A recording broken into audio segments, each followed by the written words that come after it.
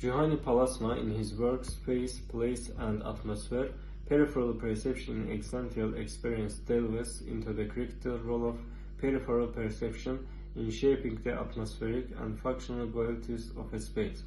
According to Pallasmaa, traditional architecture often places excessive emphasis on central and focused vision, neglecting other sensory experience, especially peripheral perception. However, the atmosphere of a space is perceived not only through visual elements, but also through tactile, auditory, and even olfactory senses. Peripheral perception enables us to understand the boundaries, depth, and texture of a space. It encompasses not only the location of objects, but also the overall feeling and emotional impact of the space. For example, the dim light and echoing sounds of a corridor are perceived not only visually, but also auditorily and tactilely, deeply affecting the atmosphere of the space. Pallasmaa argues that peripheral perception also influences the functionality of a space. The atmosphere of a space shapes how people move, interact, and even think within it. For instance, a warm and inviting atmosphere encourages people to gather and interact, while a cold and sterile atmosphere may increase isolation and distance. Therefore, he emphasizes that architects should pay attention not only to visual elements, but also to all sensory experience when designing space. Peripheral perception allows a space to be perceived not only as functional, but also as an existential experience. Hello, I am Sami. Today I'm going to talk about the second question. What is Zumthor's approach to creating atmospheric spaces and how does it integrate particle considerations? Let's begin. Peter Zumthor, as detailed in his book Atmospheres, deeply roots his approach to creating atmospheric spaces in a sensory and emotional understanding of architecture. He prioritized the creation of space that evoke feelings and memories, emphasizing the importance of sensory experience like light, sound, and the tactile qualities of the materials. His approach begins with the belief that architecture should engage all senses, not just the vision. He meticulously considers the sound of footsteps on a floor, the smell of a wood, and the feel of a wall. He used the light to create moods, understanding how it can transform a space and evoke different emotions. He places great importance on the inherent qualities of materials, such as texture, color, and ability to age gracefully, and aims for material honesty, allowing materials to express their true nature. Zumthor's designs deeply connect with their surroundings, taking into account the site's history, landscape, and the cultural context. And he also strives to create buildings that harmonize with their environment.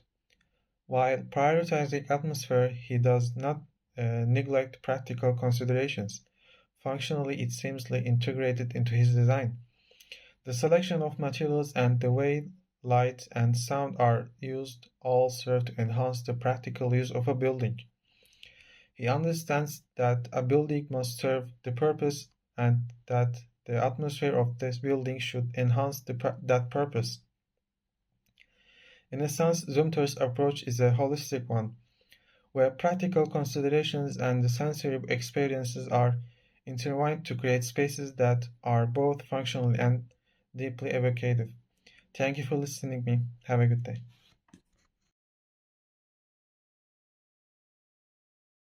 Architects can derive significant lessons from the approaches of Peter Zumthor and Juhani Pallasmaa when balancing functionality and sensory experience in spatial design.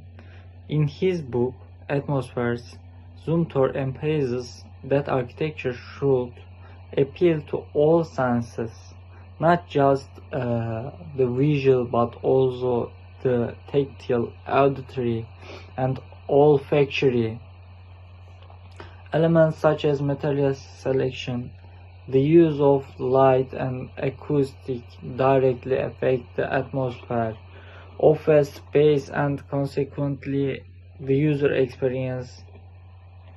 For example, the texture of a building's floor, the echo of footsteps, or the scent of the wood used can profoundly alter the perception of the space. Plasma, in his workspace, plays an atmosphere, draws attention to the importance of peripheral perception. According to him, the atmosphere of a space is shaped not only by central vision but also by peripheral vision and other sensory perceptions. This enables us to understand the boundaries, depth, and texture of the space. Plasma argues that architects should pay attention not only visual elements, but also to all sensory experience when designing space. The approach of these two architects demonstrate that functionality and sensory experience are an inseparable whole. The functionality of a space is closely related to how users move, interact, and even think within it. For example, a warm and inviting atmosphere encourages people to gather and interact, while a cold and sterile atmosphere may increase isolation and distance. Therefore, architects who consider both functional and sensory experience when designing space can create space that meet users' needs and provide them with meaningful experiences.